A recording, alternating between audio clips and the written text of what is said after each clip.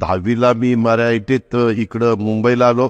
Wilson college Wilson हायस्कूलला गिरगावमध्ये माझी admission घेण्यात आली. परंतु दुर्दैवाने 10वीमध्ये मी फेल झालो. एक विषय माझा राहिला. त्याच्यानंतर मी पुन्हा मग 10वीला मुंबईला कसं काय गाठलं? साहेब इथं होते, सुप्रिया इथं होती. तर आजी म्हणजे काका काकी म्हणाले आजीतला आम्ही घेऊन जातो आणि त्यांनी आणलं किंवा आजी म्हणलेले असतील मला माहीत नाही. मला सांगितलं की आता तुला तिकडे मुंबईला जायचं. आलो, परंतु मला ते सगळी मुंबई काही मानवली नाही आणि माझं ते अपयश झालं. आणि मग पुन्हा मला एक विषय माझा राहिल्यामुळं जावं लागलं.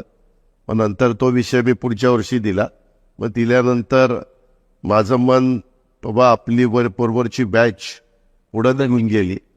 मग काय करायचं, तर मग मी कोल्हापूरला शहाजी कॉलेजला ॲडमिशन घेतली आणि मग मी कोल्हापूरला तिकडं गेलो आणि तिकडं कॉलेजचं शिक्षण केलं. सुप्रिया